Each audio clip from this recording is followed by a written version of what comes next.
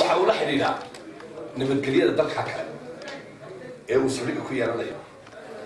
dalka Soomaaliland waa waqtigeed waa dal aan wali aqoonsi helin maanta nabadgelyadiisu waxaynu ku naalaa meel badda casa ama Gulf of Aden la yiraahdo oo buffer state baa la yiraahdaa waxaynu kala dhex jiifnaa waddamadii islaamka ee ummadda islaamiyadu nahay iyo waddanka Ethiopia dhexdooda ku naalaa marka waddadaas oo kale waxa laga yaqaanaa buffer state oo meelo maxay haytooy على السوشيال ستيدينيد إنه كلا نحن الله واحد لو بحكي قرك سؤال عن مركا إنه سياسة دي سعي نقطة مد وإسكو حيو دولتها إسلام كا الدين تي ولا تنمى دخل حيسو إذا دولتها شعب كا الدين اللي مدى إيو حدود كم كان حيو تحسبان تروح حيو وقتها يقدر كأنه لما تقولي سؤال كليسو خلخل يوم البلوغ كتشو سليقة ميليتري waxay isku yeeshaa laba dal oo isaqoonsan waxaad wada xukuumadda hadii jeena soo qaatay waddanka Djibouti saligii badan oo military ku yaala Djibouti waliba waa meel looga facilitate gareeyay hadii jeer ama loo ay military u adeegsadaan inay ka fududeystaan howlahooda military ay la dagaalamayaan kolba Amerika xisaab ama kala haatay laakiin dawladda Djibouti dawladaha kula salibu fi safaaradooda wax ka furan China safaaradooda wax ka furan Mareykanka way ka furan tahay بس دولة ديرنا إما كسوماليلاند إمارات كسليكي هاي إماراتكم ده كفرت هذه السفارة أو صدر السفير وإنا قلنا ده حينو أقول هذا سفير كان إنه مشهد كتشوجا من أوفيس فرتو أو حيستو بقولك على كسوماليلاند وكلشو إمارات كتاع برضه تسليكي ميليتريكا مالجرين يم ميليتريسيشن واقعة نكدم مالجرين مالجرين ترى لكن هو عيدا waxaan uga diirinaa dawladda imika talada haysa inaanay Soomaaliland noqon Afghanistan Horn Africa ama Afghanistan Africa ama Pakistan waarta Suuriya waxa ka dhacaya waa aragtaa arrintaasi waxay ku takhasustaa oo ay la xiriiraan nabadgelyada oo ay taabanaysaa waxaynu ku bedelanay oo dawlad masiina ma jiro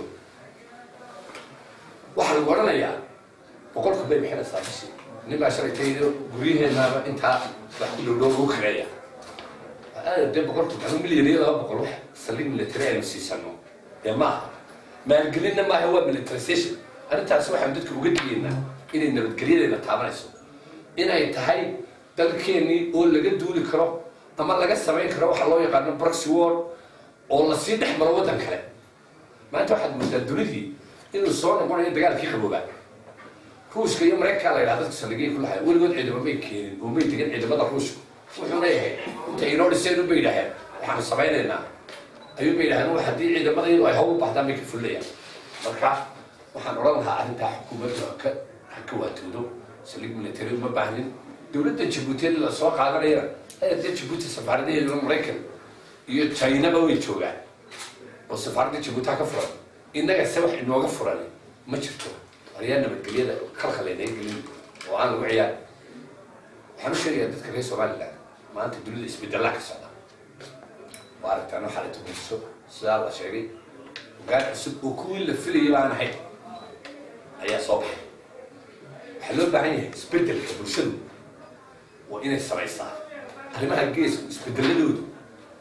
مركب وصلوا ويكسامين ساعة مركب عيد القليلة ترى ويكسامين ساعة يعني كبر إذا سبت العافمات كمان إنه دعاء طلقة ونبتدي يسأل عليها تذكر السلاح اللي باقي يقول ريك نواتشي وحنا لا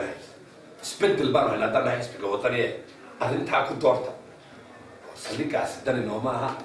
ما هم الجلين وميليتريسيشن يو إنك يسكورتي كونسلك هي حتى واحد عيك كمان ولا حكم وتشي مركز الصديقين بريك بحال إلى ودك الدنيا وجود بدن هي الصديقين دبته كله هو مريك السجاير الدنيا دي قاعد حرية waxaan oran lahaa wariyaan leeynaga xidid ana midgeliyadeenna yaan khalkhal gelin oo aan leeyno soo duwid dagaal mees ka socda maanta hadduu dalkeenu noqdo war soo dheeriya oo ilaahay kama dhigay inta halka la gudbo la kan taala leeynu soo rido waxa keen saxta dayacdo inay ka baydaan imika bariga dad markii iman ku socday meel Suudaan big soo reegtay markii ka yimaadaan xagga waxaan uga digaynaa dawladda inay arrinta ka waantoodo waxaan ugu baahan xildhibaanada inay ka doodaan inay eegaan faa'iidada وحتى waxaan u baahanay khabiir military oo arintan inaga gorfeeya faa'iidadeeda iyo khasaaraheeda way waa saliid military markaas taasaan kor lahaa xaggii inflationka ama sixir bararka ee ayaamihii dhaweyd socday waa ogtihiinoo dowladdu waxay faragelin ku samaysay suuqa xorta nidaamka aynu qaadanayna suuqa xorta inay dowladdu faragelisaa waa ka mamnuuc waxaa la yidhaha self regulation marketing oo priceku isagaa iswada iyo qiimuhu hadday dowladdu faragelisana waxaa ka dhashaa suuq madow baa ka dhashaa waa ogtihiinoo iminka suuq madow ayuu doolarkii maraya maanta oo dhan haddaad lacag qaadato ma jirto waxaanaad kala moodaa eedaha in la saaray meel aan lahayn marka hore horta doolarkii aynu u baahnay iyo doolarkii ina soo gelaya baa kala batay xoolaheenni baa la joojiyey qaadkii baa lacag qaata dadkii dibaddaa lacagtii yareeyey dowladda ayaa lacag badan oo doolar u baahan oo suuqa intaa ka bedelanaysa lacag badan bay soo daabacday wartaana meesha laga deeyay saad iyo shirkadaha huge companiga ah taxpayerkii cashuurteeda siiya maahe war halka laga deeyay waa dowladdu inay horta marka hore dhinto kharashaadka ay bixinayso lacagta ay soo daabacaysa ay yarayso waxyaalaha noocaas baa loo baahan yahay meesha afarta lagu fiiqay maaha aad iyo aad baa umaatantiin xildhibaanada waxaan uga digaynaa inay runtii ay arrinkaas si indhala-aana ku casixiyaan waa inaanay bulshada kusii deynin maadaama ay nabadgelyadu taamayso aad iyo aad baa umaatantiin